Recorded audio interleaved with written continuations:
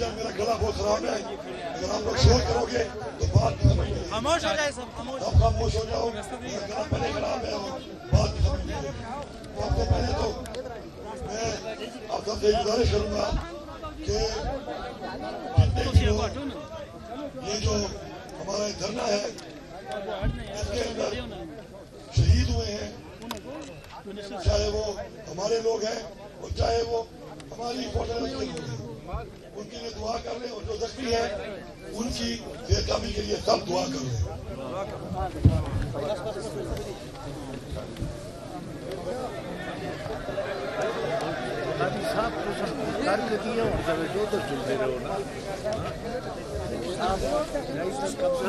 سب سے پہلے خاموشی، سارے یہ بات کروں گا کہ ہماری پارٹی پاکستان تحریک انصاف اور ہمارے لیڈر عمران خان نے ہمیشہ ایک پرامن تحریک چلائی ہے. ہم ایک پرامن پارٹی ہیں اور ہم پاکستان کی واحد پارٹی ہیں جنہوں نے ہمیشہ ہماری نوجوان نسل اور ہماری آنے والی نسل کے لیے اس ملک کے اندر قانون کی بالادستی، اپنے آئین کا تحفظ، اپنی حقیقی آزادی، اپنی خودداری اور حقیقی جمہوریت کی بات کی ہے. انفارچونیٹلی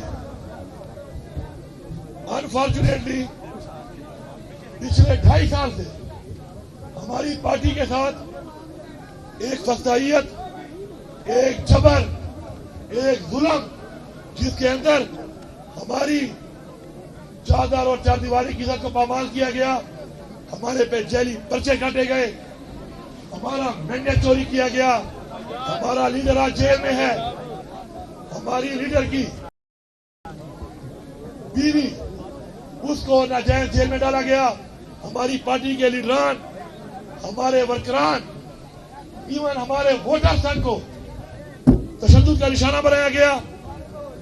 اور یہ ایسا ایک ظالمانہ ایک رواج اور ایک روایت ڈالی گئی جو کہ پاکستان نہیں دنیا کی سیاسی تاریخ میں اس کی مثال نہیں ملتی.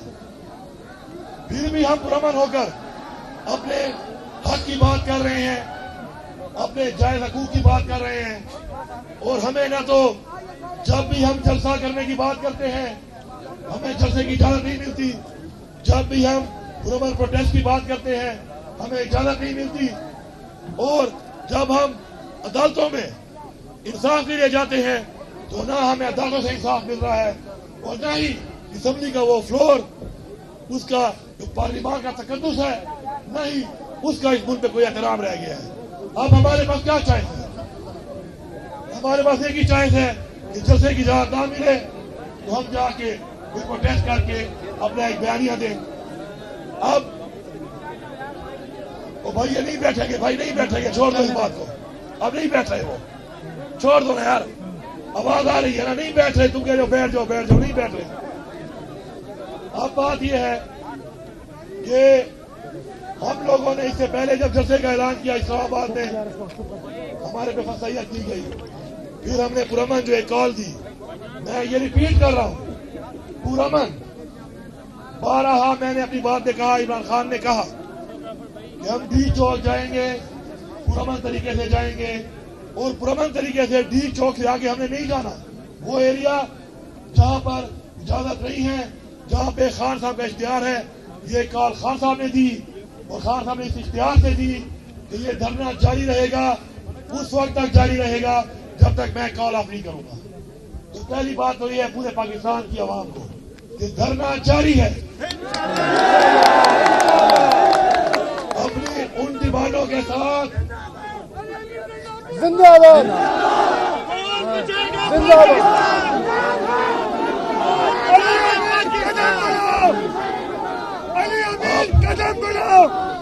آپ میرے بھائیوں ایک منٹ آپ میرے بھائیوں سوچو، یہ بات کو سمجھو، یہ دھرنا جاری ہے اور ضروری نہیں ہے پاکستان کی ساری عوام سن لے، ضروری نہیں ہے کہ ہر وقت دھرنے کے اندر عوام ہو. انہوں نے لوگوں کو گولیاں ماری، ہمارے اس وقت سینکڑوں لوگ شہید کر دیے گئے، ہمارے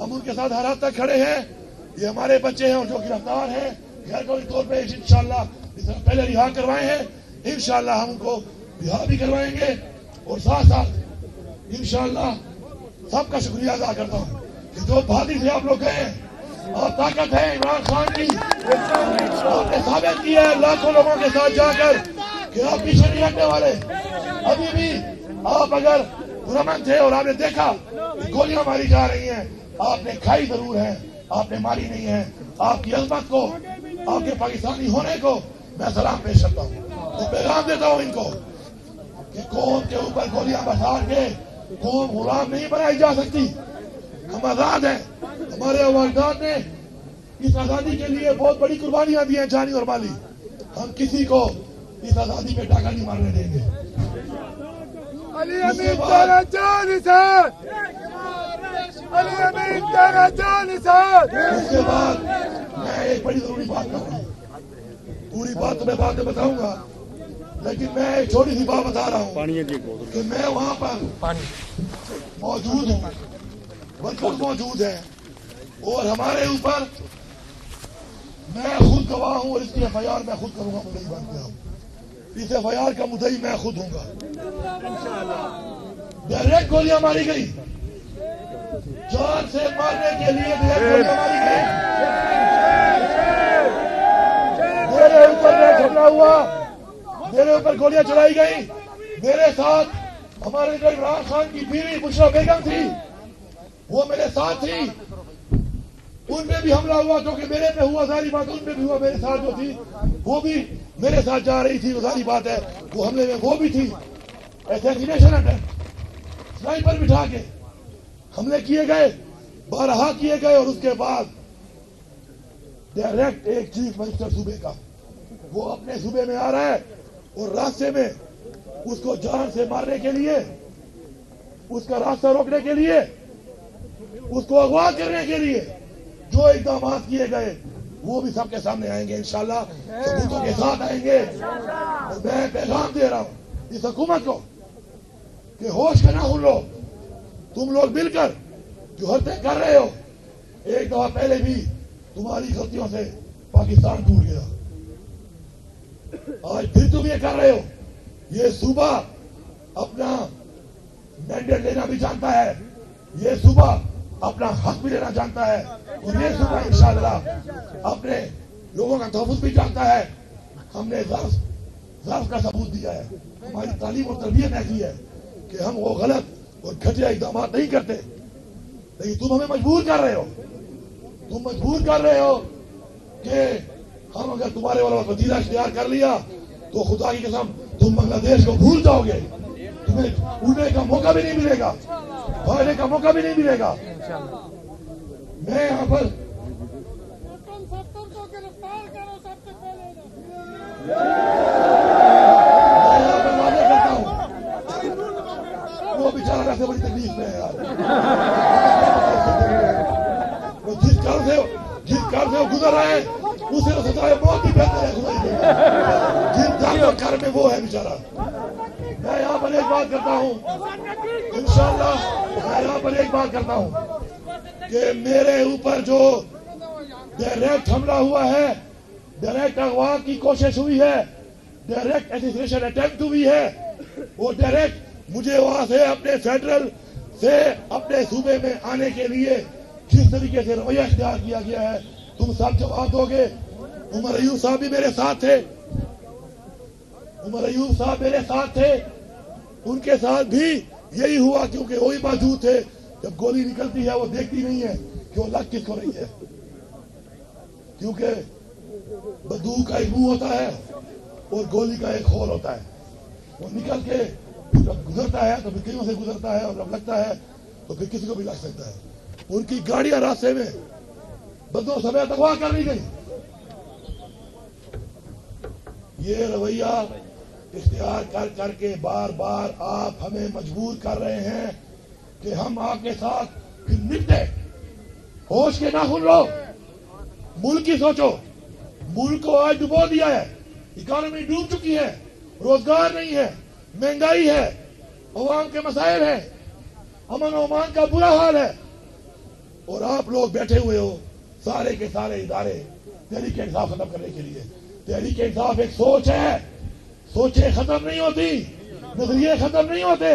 تمہیں سمجھ آ جانی چاہیے, یا پھر سمجھ نہیں آئے گی تو تم اگر یہ بدماشی کرتے ہو, اگر تم اس بات کو نہیں سمجھ رہے ہو, پھر ہمیں سمجھانا بھی آتا ہے. آخر میں یہاں پہ اعلان کرتا ہوں کہ جتنے بھی ہمارے ورکر شہید ہوئے ہیں یا اللہ ان کو صحت دے زخمی ہیں, اور اگر وہ بھی شہید ہو گئے تو ان کی فیملی کے لیے 1-1 کروڑ روپے کا میں اعلان کرتا ہوں. ماشاءاللہ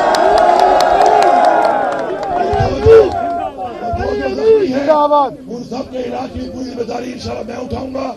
اور ساتھ ساتھ اس کے علاوہ جتنے بھی ہمارے گرفتار ہیں پہلے بھی انشاءاللہ ذمہ کے ساتھ ہم سب نے مل کے رہا کرایا ہے, انشاءاللہ آپ بھی کرائیں گے.